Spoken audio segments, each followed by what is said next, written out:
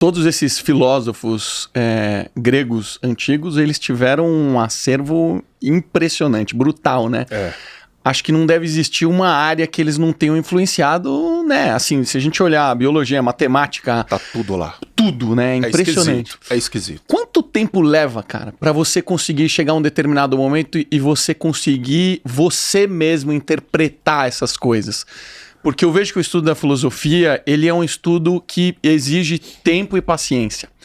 Porque às vezes você pega um parágrafo, cara, que você não consegue entender. Alguém precisa vir ali e te ajudar a interpretar aquilo ali, né? Sim, sim. Cara, isso é muito complicado. Porque, vamos lá, quando a gente fala de filosofia antiga, que é aquela parte da filosofia a qual eu dedico os meus maiores esforços, ainda que não seja o único momento histórico, porque mais recentemente eu passei também a escrever sobre modernos, contemporâneos, mas quando você pega a filosofia antiga, você tem alguns problemas adicionais. Por exemplo, quando a gente fala de filosofia pré-socrática, os mais famosos, Heráclito, Parmênides, Empédocles, quando você pega esses caras, não é que eles escreveram um texto assim, igual a gente, e falou assim... by Heráclito. E tá aqui, vocês interpretem isso. Os fragmentos que nós temos dessas obras são textos posteriores, muitas vezes de séculos depois, fazendo referência a esses caras que estavam lá atrás.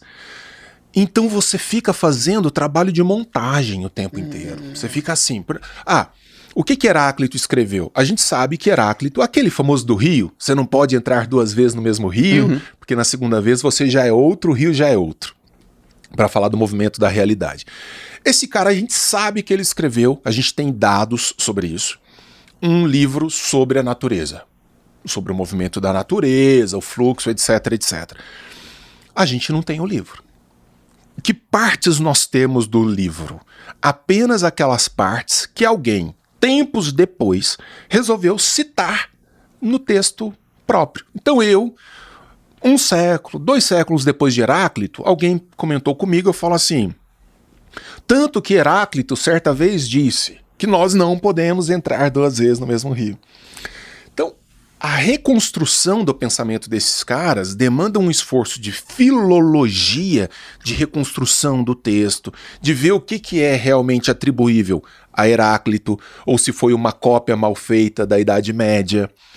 E a mesma coisa com os outros filósofos antigos. Então, veja, Aristóteles, um filósofo essencial para nós.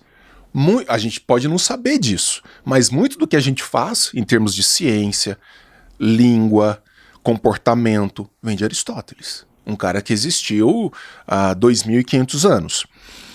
Sabe o que esse cara...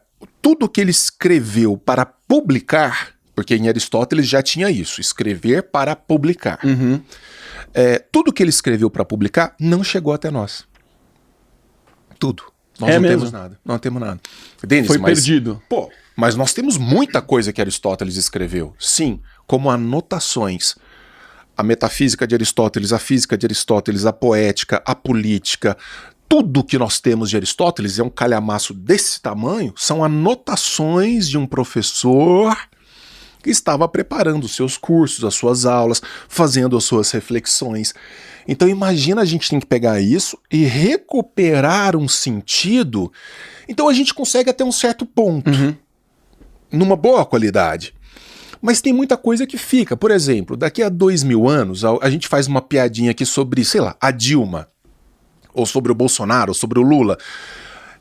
Daqui a 2.000 anos, se a gente faz uma piadinha sem fazer o disclaimer, os caras vão dizer, estão rindo do quê?